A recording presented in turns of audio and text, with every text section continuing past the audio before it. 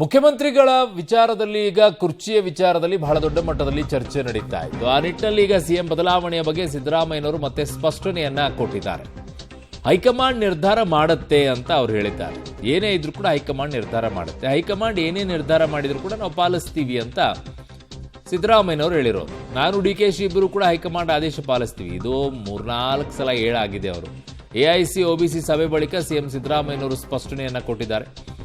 So CM ಬದಲಾವಣೆಯ ಬಗ್ಗೆ ಈಗ ಮತ್ತೊಮ್ಮೆ ಸಿದ್ದರಾಮಯ್ಯನವರು ಸ್ಪಷ್ಟನೆ ಕೊಟ್ಟಿದ್ದಾರೆ. ಎಲ್ಲವೂ ಕೂಡ ಹೈಕಮಾಂಡ್ ನಿರ್ಧಾರ ಮಾಡುತ್ತೆ, ಅದಕ್ಕೆ ಏನಿದೆ ಅದನ್ನು ನಾವು ಪಾಲಿಸ್ತೀವಿ ನಾನು ಡಿಕೆ ಶಿವಕುಮಾರ್ ಅಂತ ಸಿದ್ದರಾಮಯ್ಯನವರು ಹೇಳಿರೋದು. That whatever decision is taken by the High Command, both myself and DK Shivakumar will follow.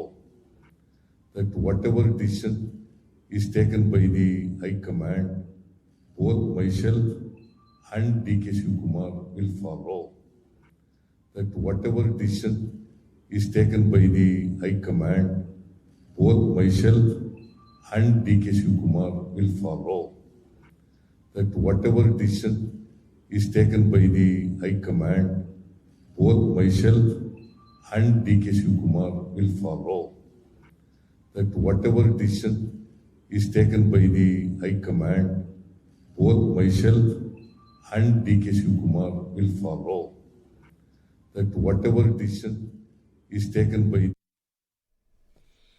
Okay, ನನ್ನ ಸಹೋದ್ಯೋಗಿ ಈಗ ಪೊಲಿಟಿಕಲ್ ಬ್ಯೂರೋ ಹೆಡ್ ಆಗಿರುವಂಥ ರವೀಶ್ ನನ್ನ ಸಂಪರ್ಕಕ್ಕೆ ಸಿಗ್ತಾ ಇದ್ದಾರೆ. ರವೀಶ್, ಪದೇ ಪದೇ ಸಿದ್ದರಾಮಯ್ಯನವರು ಇದು ಒಂದು ಮಾತ್ರ ಸ್ಪಷ್ಟವಾಗಿ ಹೇಳ್ತಾರೆ, ಹೈಕಮಾಂಡ್ ಏನು ನಿರ್ಧಾರ ತೆಗೆದುಕೊಳ್ಳುತ್ತೆ ಅದಕ್ಕೆ ನಾನು ಫಾಲೋ ಮಾಡ್ತೀನಿ ಅನ್ನೋದಕ್ಕಿಂತಲೂ ಅಲ್ಲಿ ಡಿ ಕೆ ಶಿವಕುಮಾರ್ ಅವ್ರನ್ನೂ ಸೇರಿಸ್ಕೊಂಡು ಅವರು ನಾನು ಇಬ್ಬರೂ ಕೂಡ ಫಾಲೋ ಮಾಡ್ಕೊಂಡು ಹೋಗ್ತೀವಿ ಅನ್ನುವಂಥ ಹೇಳಿಕೆ ಕೊಡ್ತಾ ಇದ್ರಲ್ಲ, ಅದರ ಮೂಲಕವಾಗಿ ಏನೇ ಆದರೂ ಕೂಡ ಡಿ ಕೆ ಶಿವಕುಮಾರ್ ಫಾಲೋ ಮಾಡಬೇಕು ಅನ್ನುವಂಥದ್ದನ್ನು ಹೇಳ್ತಾ ಇದ್ದಾರೆ ಈ ಮೂಲಕವಾಗಿ.